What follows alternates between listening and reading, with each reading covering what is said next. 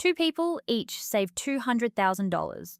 One buys an investment property, one puts it all into the ASX 200. 10 years later, who's ahead? The answer isn't what most Australians have been told. And the reason? Almost nobody is doing the comparison properly. In this video, we're doing the 200K showdown, property versus shares, using real Australian numbers, the actual tax rules, and the hidden costs that most finance channels quietly skip. By the end, you'll know exactly which path builds more wealth for your situation. And the answer will probably surprise you.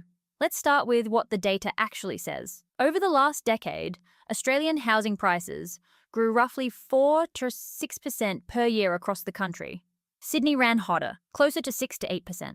Add rental yields of 3 to 4.5%, and your total return lands somewhere in the 7 to 9% band. That's capital growth plus income. Now look at the ASX 200 over the same period. You're looking at about 3 to 4% in capital growth plus 4 to 4.5% in dividends. Add those together, you get 7 to 9% per year, almost identical. And here's the thing. Most of the property always wins crowd are only showing you the capital growth chart. They're leaving out the income, they're leaving out the costs, and they're almost never normalizing for leverage. That's where the real story starts. But before we get into the costs, we need to talk about something that makes this comparison fundamentally misleading. Because these two investments are not the same size, not even close. When you put $200,000 into shares, you own $200,000 of shares. Simple.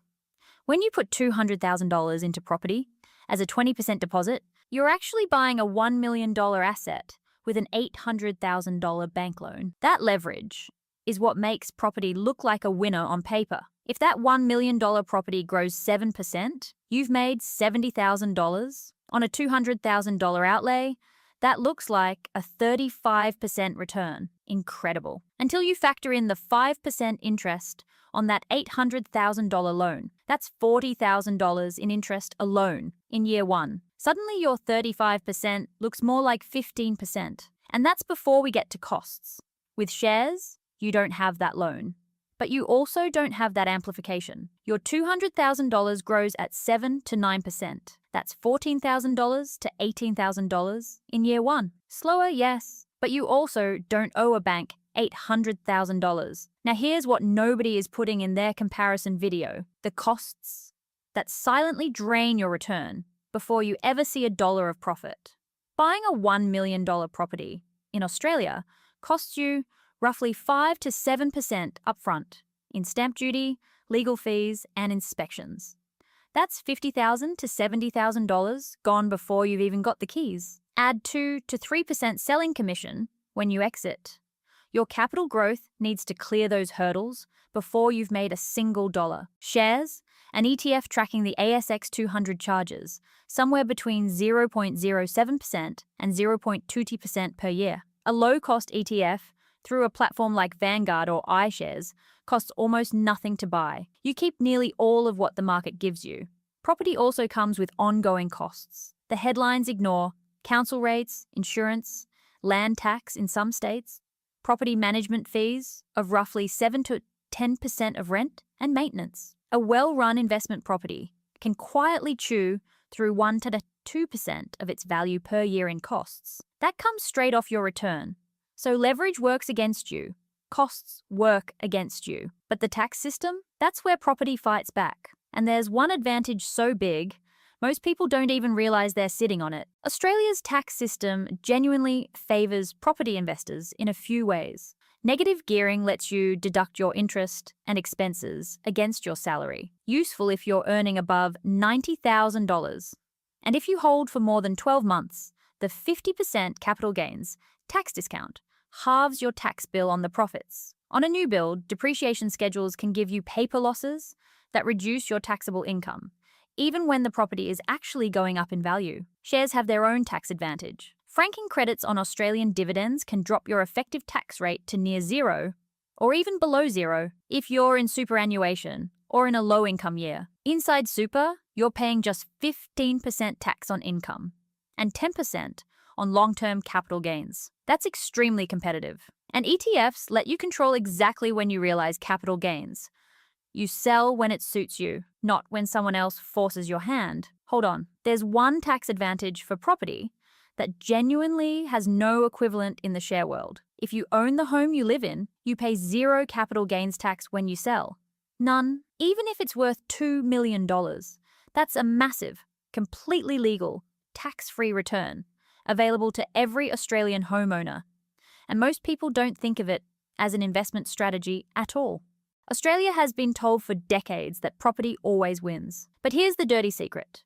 Once you normalise for leverage, transaction costs, and tax, the total returns are almost identical. What actually separates the outcomes isn't the asset class. It's your behaviour, your tax setup, and how much financial pain you can tolerate during a downturn. Property is hard to panic sell. Shares are easy to sell at 3 a.m. during a market crash. That behavioural edge is real. So is the cash flow squeeze of holding a negatively geared property when rates go from 2% to 6.25% in 18 months, which is exactly what happened between 2022 and 2024. The right choice depends more on your discipline than your asset allocation. Step up to the numbers. Run your own figures using the RBA's mortgage repayment calculator and a basic compound interest tool. Plug in your actual deposit, your loan rate, your income tax bracket, and your expected rental yield. The honest number might surprise you.